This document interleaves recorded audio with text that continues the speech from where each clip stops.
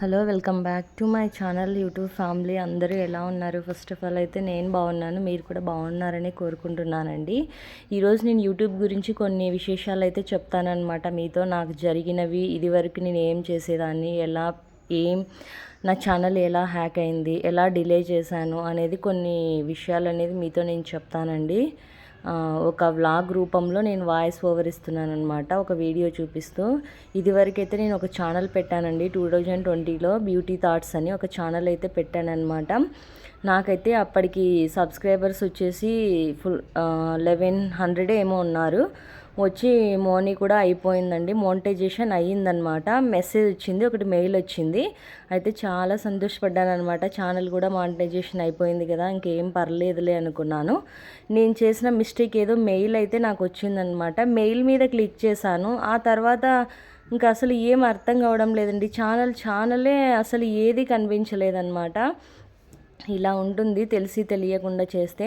చాలా కష్టపడ్డానండి అప్పుడు 2022లో, కొంచెం కరోనా టైం అనమాట.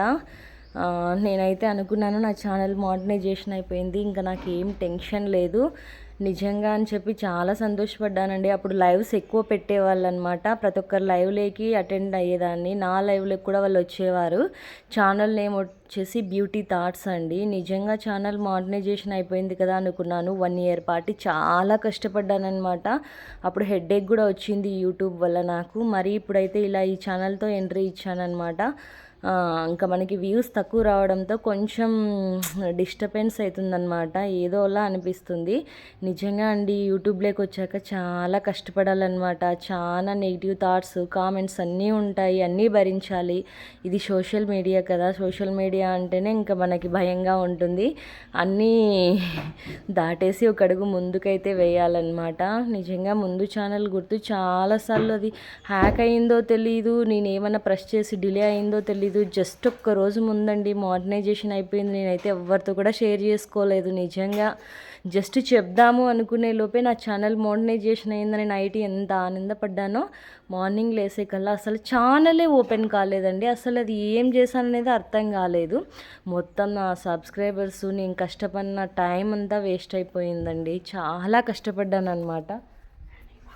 అది ఎలా వృధా అయిపోయిందో ఏమో అస్సలు అర్థం కావడం లేదు. చాలా కష్టపడ్డానండి. తర్వాత ఇంకో ఛానల్ పెట్టుకున్నాను అనమాట, బ్యూటీ కిచెన్ తెలుగు వ్లాగ్స్ అని. ఆ ఛానల్లో 900 సబ్స్క్రైబర్స్ వచ్చారండి. మానిటైజేషన్కి అప్పుడు 2000 అయిందనమాట. అంటే ఇంకా మానిటైజేషన్ కాలేదు. 2000 వాచ్ అవర్స్ వచ్చింది. అది కూడా కష్టపడ్డానమాట. కానీ కొంచెం ఎందుకు డిసప్పాయింట్ అయ్యానో అర్థం కాలేదు. కొంచెం ఫ్యామిలీ సపోర్ట్ లేదప్పుడు.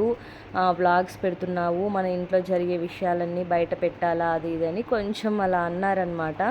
అంటేనే జస్ట్ కొద్దిగా ఆలోచించుంటే బాగుండండి. నిజంగా 2 ఇయర్స్, 1.5 ఇయర్ వరకు తలనొప్పి, భారీగా తలనొప్పి ఇచ్చింది. దీనివల్ల ఎన్నో సమస్యలు కూడా ఫేస్ చేశాను అనమాట. అయినా కూడా యూట్యూబ్ని పక్కన పెట్టేసి నేను ఇంత కష్టపడ్డాను. అయినా కూడా చాలా కష్టపడ్డానండి. ఛానల్ అయితే వదలలేదు. చూద్దాం, మనకి దేవుడు ఏదో ఒక రోజు చూపిస్తాడనే నమ్మకం నాకుంది.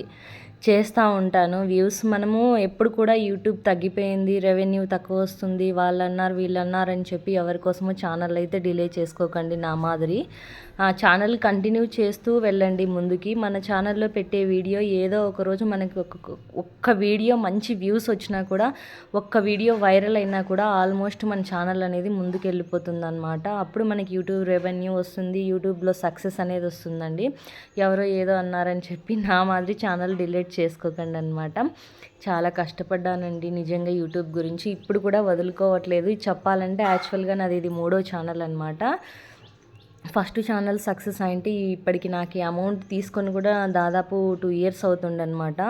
అందుకే ఈ ఛానల్ ఇంకా నేను ఏం చెప్పినా కూడా డిలే చేయాలని అనుకోలేదండి. ఇది వరకైతే వ్యూస్ తక్కువ వస్తున్నా కూడా అలాగే ముందుకైతే వెళ్తున్నాను. చూద్దాం, ఏదో ఒక రోజు మన వీడియో వైరల్ కాకపోవా, ఏదో ఒక్కటన్నా వైరల్ అయినప్పుడు మన ఛానల్ అనేది ముందుకెళ్తుందనమాట. యూట్యూబ్లో కష్టపడాలన్నమాట. కష్టపడితేనే ఏదైనా ఫలితం దక్కుతుందండి. అంతెందుకు, మనం ఒక బ్లౌజ్ చూస్తాము, డిజైన్ కటింగ్ ఒక రోజులో రాదు కదండి. ఒక 2-3 సార్లు ట్రై చేస్తే వచ్చేస్తుందనమాట. అలాగనే వీడియోస్ కూడా అనేది వ్యూస్ రాలేదు, లైక్స్ రాలేదు, కామెంట్ లేదు అని చెప్పేసి ఛానల్ వదులుకుంటే దేనిలో కూడా ముందుకైతే వెళ్ళలేమన్నమాట. ప్రతి ఒక్కటి కష్టపడాలి, అప్పుడే యూట్యూబ్ యూట్యూబ్ రెవెన్యూ కానీ యూట్యూబ్ అనేది మనం సక్సెస్ అవుతామన్నమాట. ఈరోజు నా ఒక వీడియోతో నా వాయిస్ ఓవర్ అనేది ఇలా ఇచ్చానమాట. నేను చెప్పిన దాంట్లో నిజం ఉంది కాబట్టి ఛానల్ని ఇంకా ఇలా ముందుకి రన్ చేసుకుంటూ వెళ్ళిపోతున్నానండి. ఇంకా మీకు ఎలా అనిపించిందండి నేను మాట్లాడిన దాంట్లో ఎంత మాత్రం నిజం ఉందో అబద్ధం ఉందో అనేది మీరు తెలియజేయండి.